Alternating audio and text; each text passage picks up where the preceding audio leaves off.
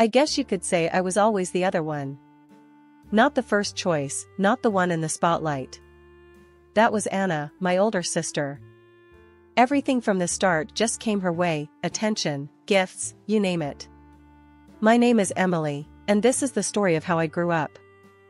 We lived in a decent enough house. Dad worked as a mechanic and Mom was a part-time cashier. They weren't rolling in money, but somehow, there was always enough for Anna. Me? I got the leftovers. One cold December evening, which pretty much set the tone for my childhood, we were sitting around the small dinner table. Anna was going on about some school project she aced. Mom, Dad, my teacher said it was the best in the class. Anna beamed, her eyes lighting up in a way that made my parents practically glow with pride. That's my girl. We knew those science kits were worth every penny, Dad said, his voice full of nothing but pride. Mom nodded. We'll get you whatever you need, honey. You just keep up the good work. I poked at my food, feeling the familiar knot in my stomach. Hey, I got an A on my math test. I mumbled, not sure why I bothered. That's nice, Emily, Mom said, barely glancing my way. Make sure you keep it up. No praise, no excitement. It was like scoring well was expected of me, or worse, like it didn't even matter. I learned early on not to expect much. Christmas was a few weeks away, and the disparity in our living room was almost laughable. Under the tree, beautifully wrapped gifts piled up, all for Anna. I knew the routine. My gifts were usually things like socks or a book, nothing that screamed special. That year, it wasn't any different. Anna ripped through her presents with glee, uncovering new clothes, gadgets, and even a brand new laptop. Oh my God, this is awesome. Thanks, Mom and Dad, she squealed. I unwrapped my own, a second-hand novel and a pack of plain shirts. Thanks, I said, trying to keep the disappointment out of my voice. When the holidays were over, things went back to the usual routine. Anna was the star, and I was just there. Aunt Sarah was the only one who seemed to notice. She'd drop by now and then, always with a small gift just for me, something that made me feel seen. But those visits stopped after one particularly ugly argument. I was coming home from school when I overheard them in the kitchen. You can't keep doing this, John. You're ignoring your younger daughter, Aunt Sarah said, her voice stern and full of frustration. Sarah, she doesn't need as much as Anna, Dad fired back, his tone harsh. That's not the point. It's about showing both your daughters that you care. Well, maybe if Emily was more like her sister, it wouldn't be so hard, Dad retorted, not realizing I was listening. Aunt Sarah saw me first, her face dropping as she caught my eye. I ran up to my room, before I heard any more, the sting of tears hot on my cheeks. After that, Aunt Sarah wasn't allowed over anymore. Dad said she was causing trouble, stirring up drama that didn't exist. But it did exist, I lived it every day. After high school, it was like standing at the edge of a cliff. Anna was off to college with a fat check from Mom and Dad to cover her dorm, books, everything. Me? I got a pat on the back and a good luck, Emily. I moved out not long after that. There was no drama, no teary goodbyes. Just me, packing my few things into old boxes and suitcases, while Mom watched, her face unreadable. I found a small apartment on the outskirts of town. It wasn't much, but it was a start. The place was shared with two other girls, Lisa and Jen, who were about as broke as I was, but with dreams just as big. Welcome to the dungeon, Lisa joked on the day I moved in, showing me around the cramped space with a laugh. We make it work, though. You got a job lined up? Starting at the diner tomorrow, I replied, dumping a box on the bed that would be mine. And maybe something at the bookstore, part-time. Good hustle, Jen nodded, her eyes approving. We all pitch in for rent on the first. No exceptions, okay? Got it, I assured her, already calculating my hours and expenses in my head. Working 2 jobs wasn't easy. The diner had me on my feet all day, taking orders, dodging the grumpy chef's temper, and smiling through it all. Nights or evenings I spent at the bookstore, shelving books and ringing up sales, the calm a stark contrast to the diner's chaos. Months turned into a year, and saving up for college seemed like chasing a mirage. Just when I'd have a little put aside, something came up. Like the time I got sick. It hit me out of nowhere. One day I was fine, the next, I was burning up, barely able to get out of bed. Lisa found me like that, shivering under a pile of blankets. "Jesus, Em, you look like hell," she exclaimed, her face creased with concern. "You need a doctor." "I can't afford a doctor," I muttered, feeling the room spin a little. "We'll figure it out," she insisted, pulling out her phone. "There's a clinic, they charge based on what you earn. Don't be stubborn about this." The clinic was a crowded, weary place where the wait times could break you if the illness didn't. When my turn finally came, the doctor was a kind, tired-looking man who prescribed some meds and plenty of rest. "You need to take it easy," he advised, handing me a prescription. "Can you take some time off work?" I almost laughed. "Not really, but I'll see what I can do." Back at the apartment, I crunched the numbers. Meds, missed shifts, just scraping by on rent, it all added up too fast. My college fund, the little there was, dwindled to nothing. After the medical ordeal and draining my savings, I knew I had to face it, I needed help. Swallowing my pride, I decided to call home. It had been a while since we talked, not properly since I moved out. The phone rang, and I braced myself. "Mom? It's Emily." "Emily. This is unexpected. Everything okay?" Her voice was cautious, not warm or worried. "I need to ask a favor. Can I come home for a bit? Just till I get back on my feet?" My voice sounded small, even to my own ears. There was a pause, the kind that tells you the answer won't be what you want to hear. "Oh, Emily, you know your sister just moved back in with her husband. They're using your old room. There's really no space." My heart sank, but I pushed on. "Can't we figure something out? Maybe I could sleep on the couch? It's just for a little while." There was another long pause. "I'm sorry, Emily. It's just not possible right now. Maybe when things settle down with Anna and the baby." I hung up and sat there, the silence of the apartment pressing down on me. They had made their choice, and I wasn't it. I was on my own, truly on my own. The next few days were a blur of applying for any job I could find, skipping meals to save a few bucks, and trying not to think about the fact that my own family had turned me away when I needed them the most. It was during one of my late-night job searches that I got a call from Aunt Sarah. "Emily, sweetheart, I heard about what happened. Are you okay?" Her voice was like a lifeline. "Hey, Aunt Sarah. I'm managing. Just trying to figure things out. Listen, why don't you come stay with me for a while? You shouldn't be alone through this." I felt tears prick at my eyes, relief washing over me. "Really? Are you sure? I don't want to impose." "Of course, I'm sure. You're not imposing. Your family, more than just when it's convenient. Pack your things, and come over. We'll sort the rest out together." "Thank you, Aunt Sarah.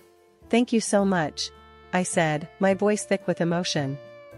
Packing up my things again, I couldn't help but feel the weight of the rejection, but also the warmth of being welcomed without conditions.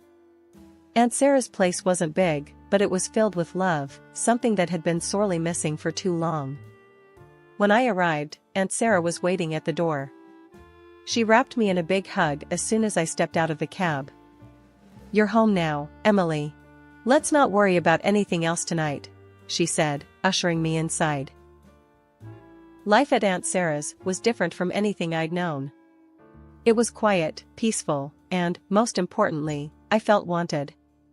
A few days after I moved in, Aunt Sarah and I sat down at her old, scarred kitchen table for some real talk. The morning sun spilled over the cluttered surface, turning the steam from our coffee cups into golden swirls. "So, Emily, what's the plan?" Aunt Sarah asked, her eyes locking onto mine with that direct, no-nonsense way she had. I took a deep breath, stirring my coffee slowly. Honestly, Aunt Sarah, I want to go to college. I want to be a lawyer. But everything's just messed up right now. She nodded, tapping a finger on the table, thoughtful. Lawyer, huh? That's a big dream, Emily. Big dreams are good. They keep us going. But they need big plans. What's stopping you? Money, I said flatly. Money is stopping me. And I've been working jobs, but it's never enough, especially not for law school. Aunt Sarah leaned back, her chair creaking slightly under the shift. I might have a solution for that. But it comes with a condition. I frowned, curious and a bit wary. What kind of condition? You get into college, and I'll pay for it. But, Emily, you've got to commit. No half measures. You work your tail off, you study hard, and you pass everything. Not just pass, excel. Can you do that? Her offer floored me. It was more than I could have hoped for. Yes, I can do that. I will, Aunt Sarah. Thank you. With that, we started planning. I applied to colleges that offered good law programs, crafting application letters late into the night. When the acceptance letter from a well-respected state college came, I actually pinched myself, thinking I was dreaming. I did it, Aunt Sarah. I got in. College was tough. Law school even tougher. Aunt Sarah's financial support freed me from the constant stress of money, but it put another kind of pressure on me. The pressure to succeed, not just for myself, but for her too. As semesters passed, I not only met Aunt Sarah's expectations, I exceeded them. My grades were top of the class, and I landed an internship at a local law firm. One evening, after a particularly grueling day at the firm, I came home to find Aunt Sarah in the kitchen, her expression more serious than usual. Sit down, Emily. We need to talk. Worry pricked at my heart as I took a seat, noticing she wasn't her usual self. What's wrong, Aunt Sarah? She sighed, a long, heavy sound. Nothing's wrong, exactly. I just want you to know how proud I am of you. You've done more than I ever expected. You're going to be a great lawyer. Her praise warmed me, but her tone hinted at something unsaid. Thanks, Aunt Sarah. I couldn't have done it without you. That's not just it, she continued, her eyes serious. You've got to start thinking about what comes next. You're about to fly, and I'm just glad I could give you the wings. During my final year of law school, I managed to secure a prestigious internship at a respected law firm downtown. The first day, I walked into the towering building feeling like I was exactly where I was supposed to be. My supervisor, a sharp-tongued lawyer named Mr. Coleman, met me at his office door with a skeptical look. So, you're the intern I've heard so much about. Emily, right? Mr. Coleman's voice was gruff, his eyes scanning me like I was a case file he wasn't sure about. Yes, sir. I'm here to learn and contribute as much as I can, I replied, my voice steady, despite the butterflies dancing in my stomach. The work was intense. I spent days buried in legal research, drafting documents, and sometimes, I was allowed to sit in on client meetings, observing the real dance of law. Mr. Coleman didn't hand out praise easily, but when he did, it stuck. One late evening, after everyone else had gone home, I was still at my desk poring over a particularly tough case when Mr. Coleman walked by. He stopped, looking over my shoulder at the piles of legal journals and notes spread out in front of me. Don't you ever go home, Emily? He asked, an eyebrow raised in amusement or maybe respect, I couldn't tell which. Not until I figure this out, I answered without looking up. This case could set a precedent, and I think there's an angle we've missed. Mr. Coleman grunted, pulling up a chair. Show me. We spent the next hour discussing the case, back and forth, with me arguing my point based on a precedent I found that could help our client. Finally, he leaned back, rubbing his chin thoughtfully. Not bad, Emily. Not bad at all. You've got a sharp mind for this. Keep it up, and you'll make a fine lawyer. The day I graduated, I felt a mix of pride and nostalgia. Aunt Sarah was in the front row, clapping louder than anyone else, her eyes shining with tears. After the ceremony, as we walked out of the auditorium, she hugged me tight. "You've done it, Emily. All those years of hard work, and here you are," she said, pulling back to look at me with that proud, unwavering support that had become my rock. "I couldn't have done it without you, Aunt Sarah. You believed in me when no one else did, not even myself," I said, my own eyes misty. With law degree in hand, I started applying for jobs. The market was competitive, brutal even, but I was not deterred. I sent out dozens of applications, went on several nerve-wracking interviews, and finally, I got a call that would start the next chapter of my life. "Ms. Emily, this is Jared from Mason and Associates. I'm pleased to inform you that we'd like to offer you the position. Your internship performance was highly recommended by Mr. Coleman, and we believe you'd be a great fit." I almost dropped the phone. "Thank you, Jared. I'd be honored to accept." When Aunt Sarah told me my sister Anna had never graduated college due to her early pregnancy and quick marriage, I wasn't really surprised. Aunt Sarah's health took a turn for the worse not long after that revelation. I was at work, buried in files, when I got the call from the hospital. My world stopped. I barely remember grabbing my things and rushing out. Everything after that was a blur until I reached her side. She was weak, her voice barely a whisper, but her eyes were the same, sharp and knowing. "Emily," she murmured as I took her hand, trying to swallow the lump in my throat. "I'm here, Aunt Sarah. I'm right here," I managed to say, my voice trembling. She squeezed my hand, her grip frail, but firm. "You did good, kid. I'm so proud of you. You remember what I always told you? To be strong. To stand up for myself," I replied, the tears I had been holding back now streaming down my face. "That's right. And you have," she said, her voice growing fainter. "I've left you something. In my will. The house, it's yours now." I nodded, unable to speak, squeezing her hand. We didn't say much after that. We didn't need to. Later that night, she passed away quietly in her sleep. The months following her death were a blur of legal matters and settling into the house that was now legally mine. I transformed it into something that felt like a real home for the first time in my life. Then, out of the blue, my parents and Anna with her husband and kids decided to visit. I should have known they weren't just coming to check on how I was holding up. As soon as Anna walked in, she started inspecting the place like she was at an open house, commenting on every piece of furniture and layout. "Oh, this would be perfect for the kids," she said loudly. "Look at all this space, Mom." Her husband nodded, adding, "Yeah, we could really spread out here." I clenched my fists, trying to keep my cool. It wasn't until my mother chimed in that I lost it. "Emily, you should really think about letting Anna have the house. They need the space, what with the kids and all. You can manage fine in a smaller place, can't you?"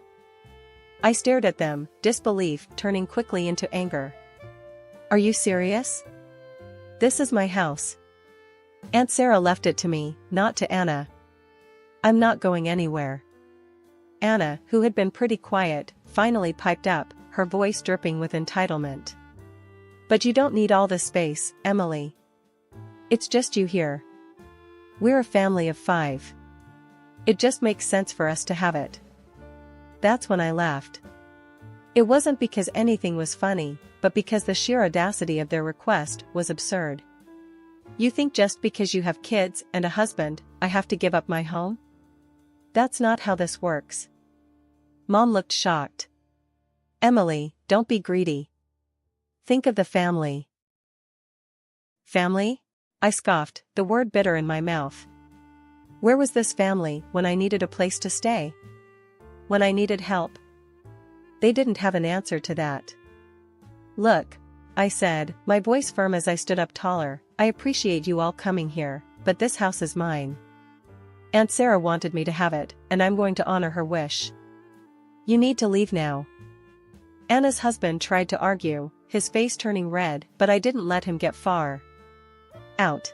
All of you, now. Or I'll call the police.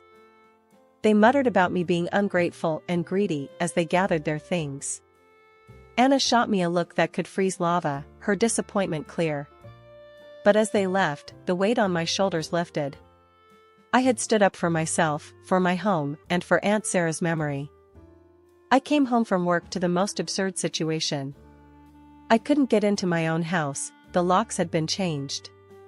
Before I could process what was happening, I heard noises inside and started banging on the door. It swung open and there stood my sister Anna, with her husband and their kids scattered behind her. "We've decided to move in here," she declared with a smug look, as if it was the most natural decision in the world. "What are you talking about? This is my house," I snapped, disbelief and anger swirling inside me. Anna shrugged, unbothered. "Well, we need it more than you do. We've already moved everything in." "That's not how any of this works, Anna. I'm calling the police," I said, fumbling for my phone. She laughed, clearly thinking I was bluffing. "Sure, go ahead." I dialed 911. While we waited, our parents showed up, drawn by the commotion. They sided with Anna, of course. "Emily, why are you being so difficult? This is family, we should stick together," Mom said, her voice high-pitched and nervous. "Dad, tell her," Anna added, turning to our father, who just frowned at me. "This is just plain wrong, and you know it," I shot back, the reality of the situation making my hands shake with rage. Anna's husband, who'd been silent until then, stepped up. "Just drop it, Emily. Otherwise, you'll regret it," he sneered, his tone menacing. I started recording on my phone, aiming it at him. "Threaten me again, and it's on record." He lunged for the phone, but I sidestepped him. Right then, the police arrived. It didn't take long for them to assess the situation. My sister was crying now, her kids confused and scared. Anna's husband kept saying, "It's just a family matter," trying to downplay his earlier aggression. Mom was sobbing by now, pleading with the officers. "Please, they're just kids, they don't understand. We're her family." I took a deep breath before I explained to the police. They broke in and changed the locks. I didn't give them permission. "This is my house." The officers were firm. "Breaking into a house and changing the locks is illegal, even if you are family," one of them told Anna and her husband. Finally realizing the seriousness of the situation, my family's bluster faded. The police made it clear they had to leave. Reluctantly, and with plenty of resentful glances thrown my way, they gathered their things. After the police left, I called a locksmith to change the locks again, this time making sure no one else had the keys. As I stood in the doorway of my reclaimed space, the silence was heavy, filled with the echoes of the confrontation.